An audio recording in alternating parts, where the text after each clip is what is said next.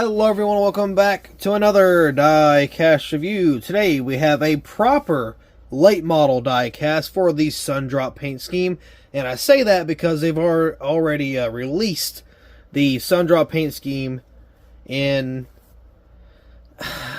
not a very good way, I guess. So what I mean by that is they've already produced this car recently for the 164 and 124 scale, but they didn't really put it on a late model car because they didn't have the mold. They kind of maybe sort of put it on a Monte Carlo from like 2004.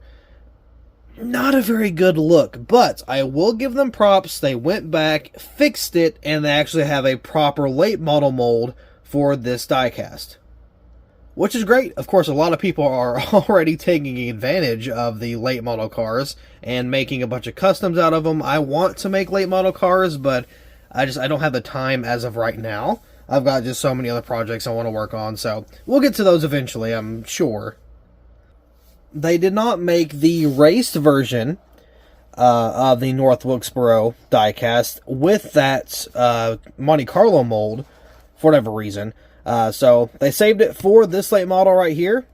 I'm completely fine with that, but I kind of made my own little custom of that late model, quote-unquote late model car. So we will be doing a side-by-side comparison of not only the scheme, but the custom that I made versus Lionel's actual legitimate mold produced with the late model versus, what they released. So we will be looking at a couple different things with this diecast here. So, of course, we kind of got the late model box. We've already touched up on that with the Bass Pro Shop car.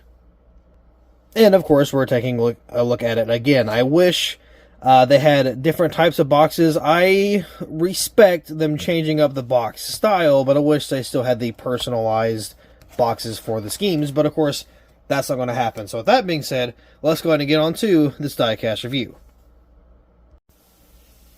Here's the diecast out of the box, and man, this thing looks good. Now, they actually had a pretty big Sundrop promotional thing.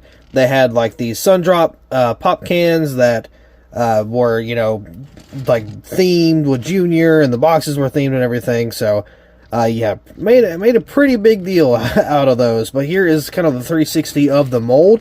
We've already seen it before, but very, very cool nonetheless. So we're going to go ahead and take a look at the diecast here. Sundrop on the hood. Of course, got that there. Got some hood pins on the back end, which is kind of weird, and hood pins on the front.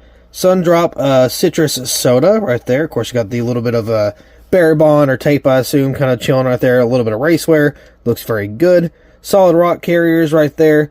And looks like we got for the dashboard some cross beams. So very interesting. And then we got some just, extra little lines and details for the windshield. Number 3 right here, all nice and big. Got Dale Earnhardt Jr. right there on both sides. There is a little bit of a paint chip there, sadly.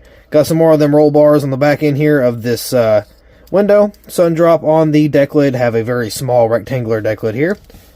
On the back, got Sundrop number 3. Of course, you got the black spoiler here, or wing. Oh no, it's more of a spoiler, I guess.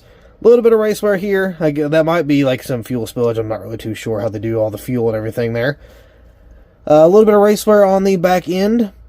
Didn't see that in the reference pictures when I was making mine, but So it looks like we got a little bit of a torn up back end with a tire mark or donut mark there. Got this strip of Barry bond or big piece of tape or whatever they had there, but Sundrop was there. Of course, got kind of covered up.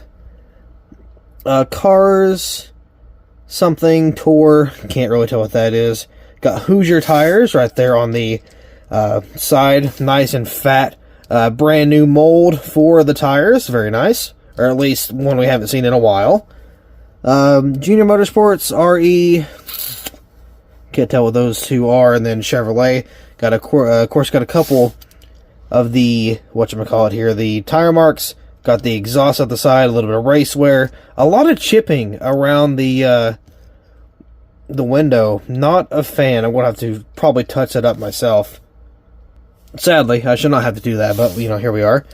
And all these contingencies, jeez, we got I'm not going to read all of them, but we got Male, Edelbrock, Arrow, Harrison's, Strange Oval, DRP, Comp, Pro Fabrication, just, you know, all that fun stuff there. Hoosier right there. Hoosier tires, once again, a little bit of race wear.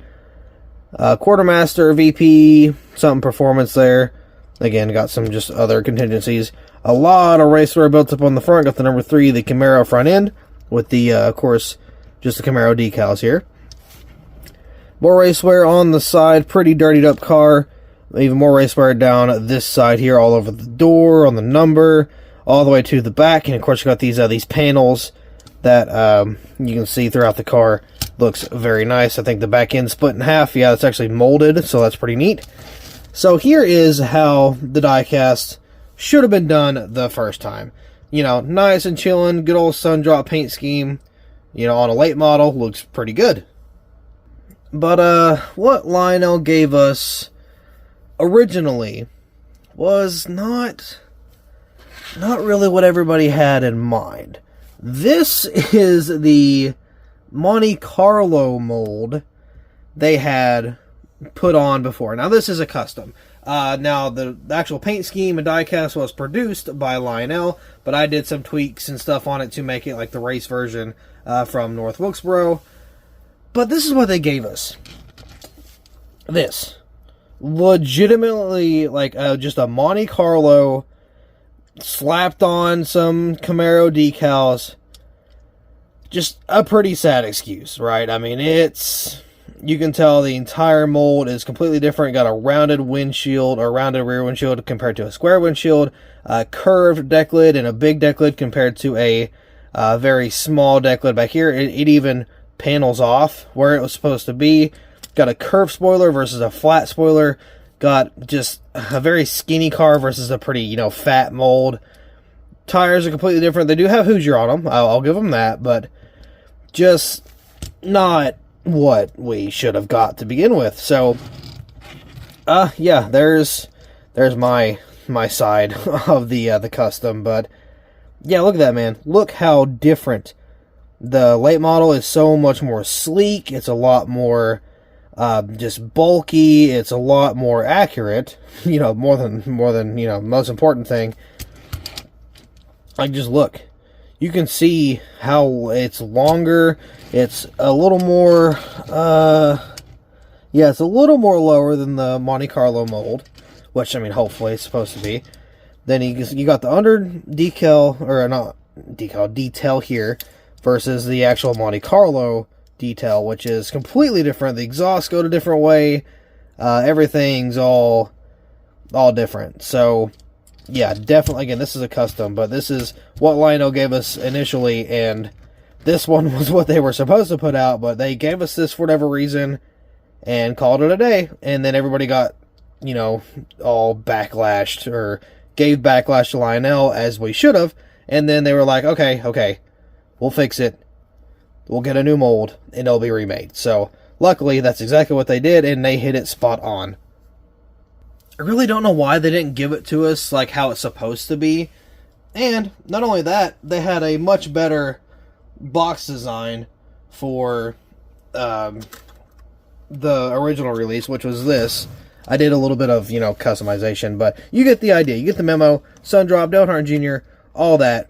I added that too. But you get the idea. You know, it was actually a custom box. If anything, they could have reused the box. Like, come on, guys. You could have at least done that. I would have been happy with it. So, yeah, that was, you know, if you wasn't caught up to date, that was what Lionel gave us for whatever reason. So, they went back, they fixed it, did a fantastic job, and here was the, you know, final and legitimate, you know, product, how it was supposed to be made. So, pretty big of or like a pretty just sorry excuse for the first quote-unquote late model, literally using a Monte Carlo mold, but they fixed it, so I guess it's not as bad.